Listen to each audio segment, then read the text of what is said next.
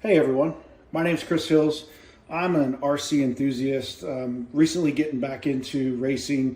I obviously have a Futaba 10PX and I suffered a screen crack. And as many of you have asked for, and a lot of us have looked for how-to video on how to do a 10PX screen swap, there just isn't one. Large Scale RC Nation does a really good job on doing a screen swap for a 7PX, but not a 10PX. And while he does kind of talk about it, I just figured, you know what, let me just go ahead and at least record some of the, maybe the nuances, some of the differences in the 10PX and what worked for me and what might help you tackle this rather than sending it into Futaba. As of today, 7/14/2023, Futaba's backlog is about 3 weeks. And if you're like me, I don't have another backup Futaba radio I can use to bind to my cars to go race, to go practice. So I would be out for 3 weeks. And for some of us that we just can't afford that. So I ordered the screen replacement. Shipping to my door was $90 and change for the screen and shipping. That's probably going to vary depending on where you're located. But again, this is not a full how-to, so please don't expect this to be a how-to. This is just kind of a highlight of the 10PX to help complement Large Scale RC Nation's 7PX how-to. So really quick, one of the things that you will need in this that I noticed that I do not believe in the 7PX screen swap is a Phillips screwdriver, a small Phillips screwdriver. Obviously the 2mm hex, the 1.5mm, and I use this as my pry. It worked really good. It got into where the screen needs to come out. Another thing I'm going to share with you is I actually went to Joann's Fabric.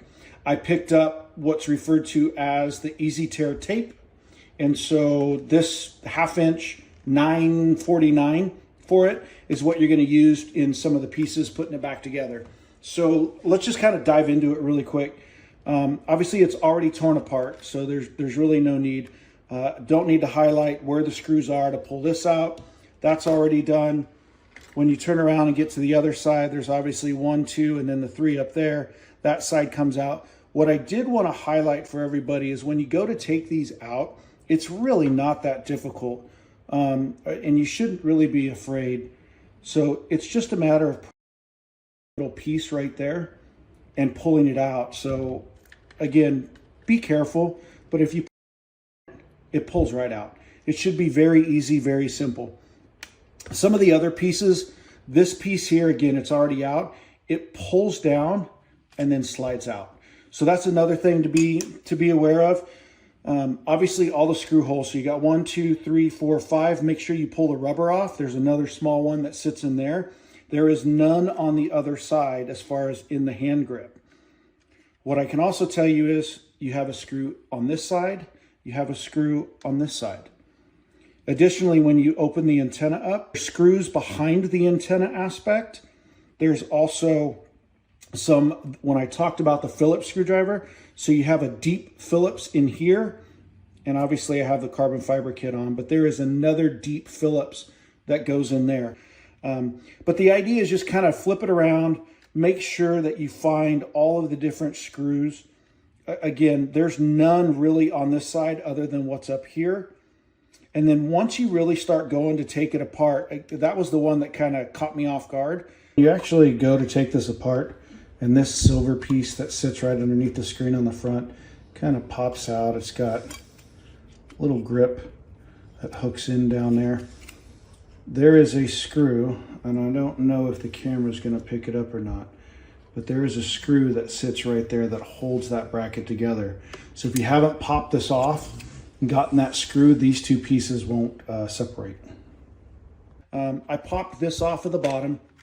Again, that popped off. There is nothing holding this on but a front little plastic piece and a back one. So that literally just sits in there, so you don't have to worry about it.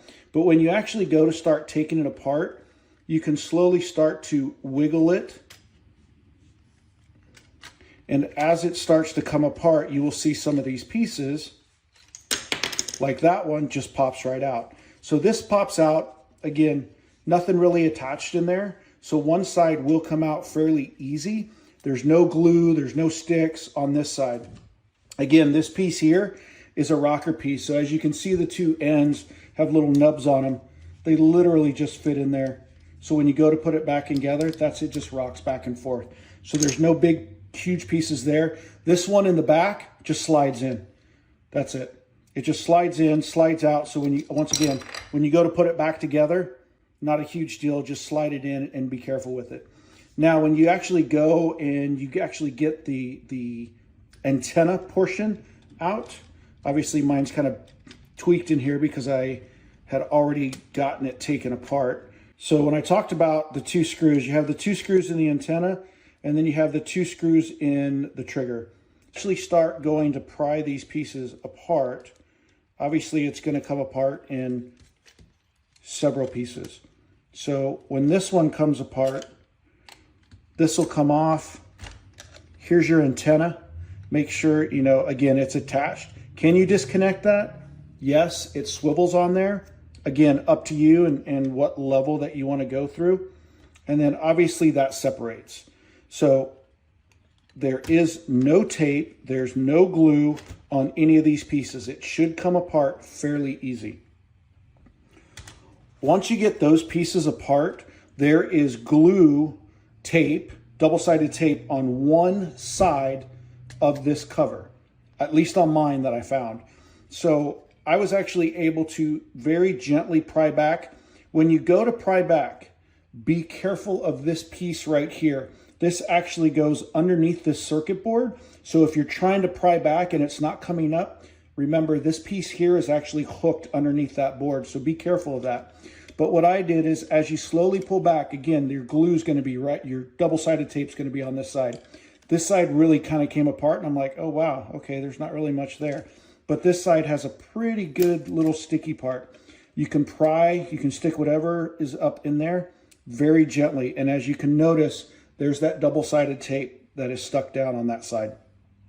So as you kind of pull this apart, once again, I didn't disconnect this one only because the speaker's in there and I didn't want to mess with it. What I did was once I got in here, you'll have double-sided tape on both sides. Obviously, I made the mistake. I didn't really realize exactly what I was doing. So the first thing I did was I actually separated the glass from the LCD screen.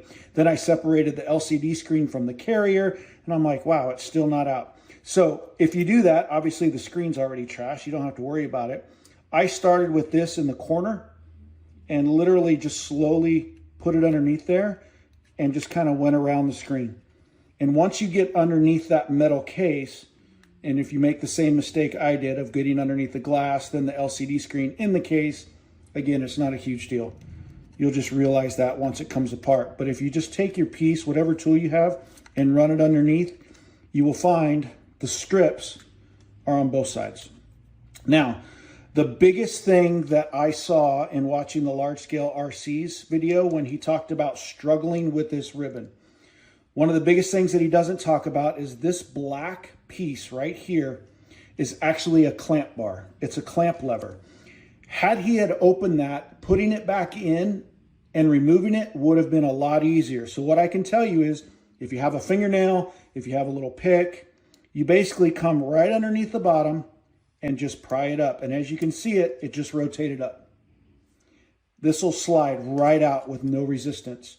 When you go to put it back in, you can use your fingernail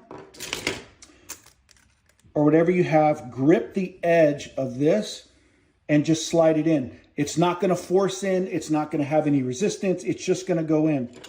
Once you get it in, fold this little bar back over. I mean, it's literally that simple. It would have gone right in. You don't really fight with it, and it clamps it in. Once it's in, you can tug on it. It won't release unless you pull hard enough. That's the biggest thing and the biggest gotcha that if I could share with anybody that I learned from the 7PX screen swap is just pull that piece up. It releases the clamp lock on the ribbon, and then you're good.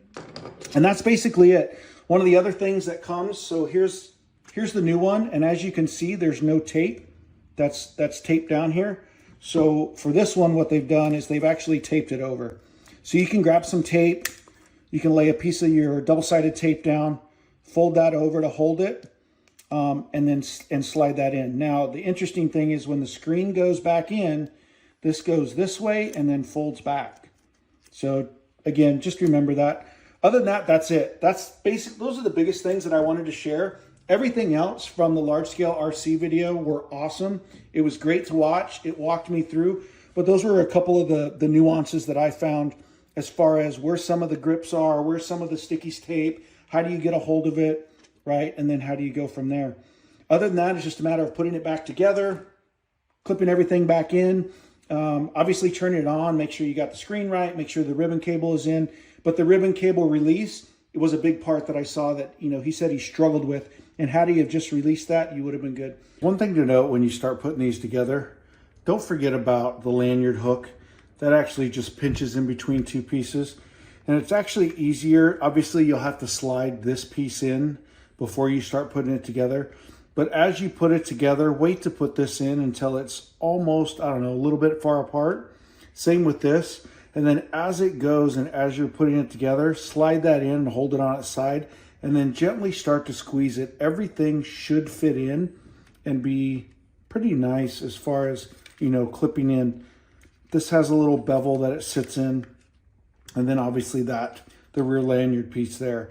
But that was the biggest thing. One of the other things I wanted to point out is this rubber strip will fall out.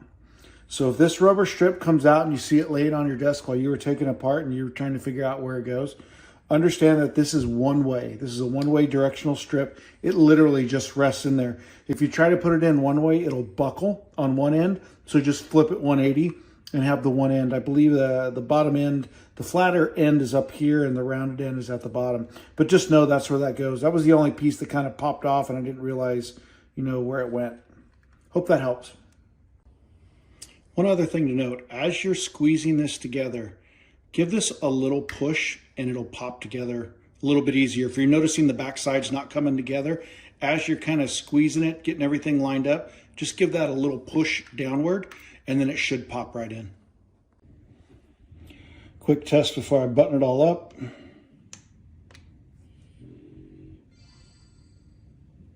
There we go. Good to go. Hopefully this helps some of you out. Please like, share, do whatever you want to with the video. And good luck on swapping your screen. Thanks.